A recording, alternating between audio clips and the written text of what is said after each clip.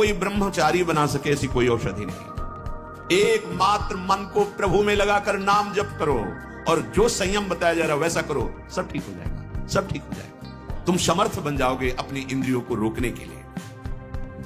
उपासक पहले भोजन पर सुधार कर रहे। भोजन और बुद्धि का परस्पर बड़ा घनिष्ठ संबंध है। सात्विक आहार निसंदेह आपको इस क्रियाओं से विजय प्राप्त करवा देगा। ध्यान से सुनिए, सात्विक आहार जब आप भोजन पा रहे हो उस समय नाम जप जरूर चलना चाहिए।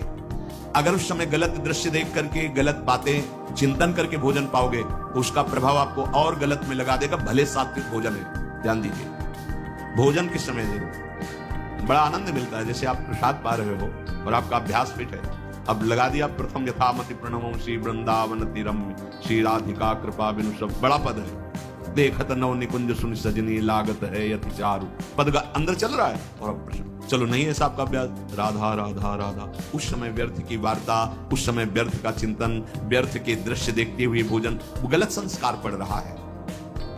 सात्विक आहार आपने पाया पर विचार आपका सात्विक नहीं है, अधार्मिक विचार है, दुष्ट भाव है, तो सात्विक व्यर्थ हो जाएगा। भोजन वो उसी को सपोर्ट करेगा। भोजन के समय बिल्कुल सावधान रहो, वो आपकी नस नाड़ियों में फैलकर वैसा ही प्रभाव फैलाएगा जैसा आप चिंतन कर रहे हैं। भोजन के समय जैसा विचार होता है ठीक वैसा ही आपका स्वभाव बनता है। महापुरुषों का स्वानुभव पूर्ण सिद्धांत है कि भोजन के समय सावधान।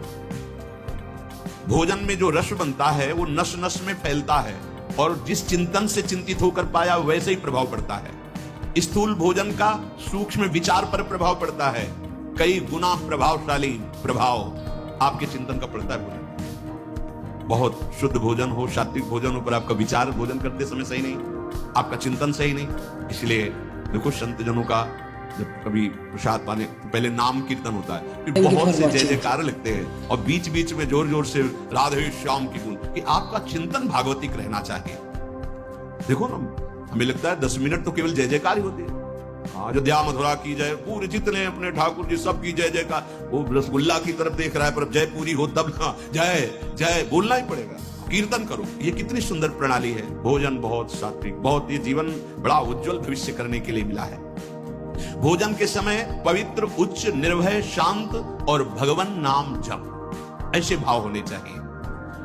उपासक को जिसे ब्रह्मचर्य रहना है, 2 समय भोजन हल्का या 1 बार भरपेट, 24 घंटे में पर्याप्त है ब्रह्मचारी के लिए। 2 बार तो हल्का, केवल 2 ही समय भोजन करें।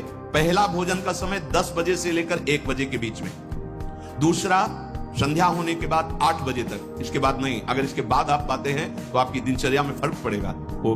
जैसा कि प्रेमानंद जी महाराज ने बताया है कि मोबाइल से प्रवचन सुनने से उतना प्रभाव नहीं पड़ता जितना कि आप वहां जाके वचन मानने पड़ेंगे। कोई भी बिना सदाचरण के सुख शांति को नहीं प्राप्त होता। आज हमारी सब दिनचर्या नष्ट हो गई है और हम चाहते हैं सुख शांति आनंद ऐश्वर्य वैभव, और आचरण हो रहे हैं दुख और अशांति और दरिद्रता आने वाले। और आप चाह कैसी आचरण, कैसे? भोजन 2 समय, बहुत ध्यान से, पहला 10 से 1 बजे तक, और मध्याह्न में भोजन पाने के बाद चाहे 15 मिनट ही हो आप विश्राम कीजिए, दाएं बाएं करवट सीधा ऐसा।